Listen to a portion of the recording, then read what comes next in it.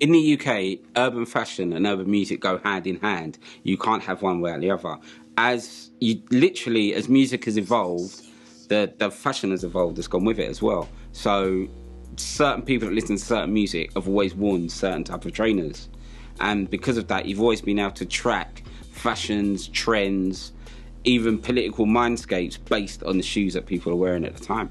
In the UK, we are heavily influenced by the US at the moment, but at the same time, this is the biggest time for UK music, where youth and young people, obviously with the kind of shake-up of streaming, of record labels, they're putting out their own records, they're making their own money, they're choosing their own fashions, they're promoting their own like parties and promoting their own concerts. And there's just so much money just in the urban music scene for the first time without being directly influenced by the US. The scene, the people that are driving it are massive at the moment. You're right, it's like you Kojo Funds, Skepta, all those guys really driving the scene.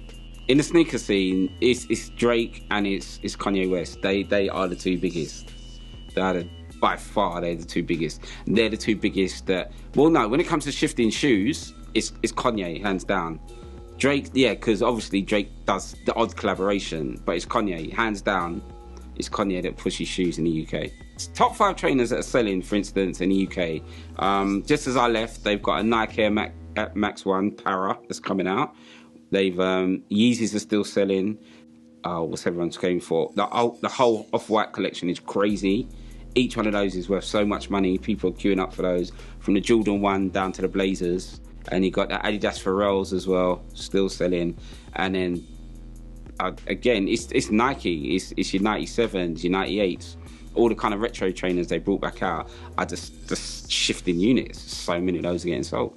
In the UK, we find that the shoe collaborations are very important. For instance, you've got the big dogs like your Virgil Ablohs, whose stuff just sells out instantly, but you've got other kind of more subtle ones, like you've got your Kors, you've got your Paras, you've got your Pato as well. Pata's real popular. And then you've got others like Don C, who's big, but we hardly get any of the product. So that just goes straight away. And I think, for me, these collaborations are really important because they help push the culture. They help bring something new and something different.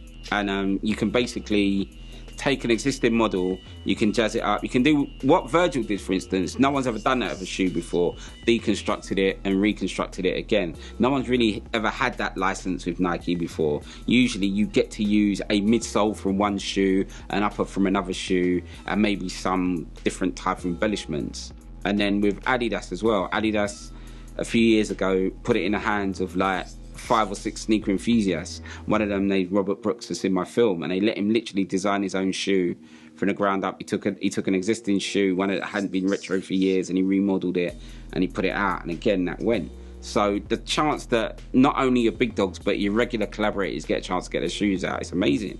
We live in a time where when we was at school, you could dream about making your own shoes, and now you literally can go on Nike ID and make your own shoes. What my favourite shoes are, I'm a classic guy. I love Air Max 1s. I like Adidas ZX 8000. For instance, we say Adidas, not Adidas, and we say Nike, not Nike. So it's the Air Max 1s, it's the ZX 8000s, it's the, let's see, for me, Air Max 90s. What else have I got a hell of a lot of? It's 1s. I've got so many pairs of 1s. And Jordans as well. For me, it's 2, 3, 4, 5s and 6s. At the moment, as you can see, I'm wearing an Off-White Vapor Max. Now, I wasn't really a fan of the Vapor Max when it first came out. I was just like, I don't really get it, and I'm going to walk in like dog mess, and it's going to stick in it forever, and it's just that it kind of feels uncomfortable. But the more I wear it, the more I get it. I'm not really into Flyknit shoes, but I love these, for instance. I find them real comfortable. I like the shape. I like the structure, and I like the fact they're off-white, so they're a little bit different from the regular ones. Now he's got a white pair, and I think there's a green sample pair as well, because the white pair were kind of hard work to get hold of.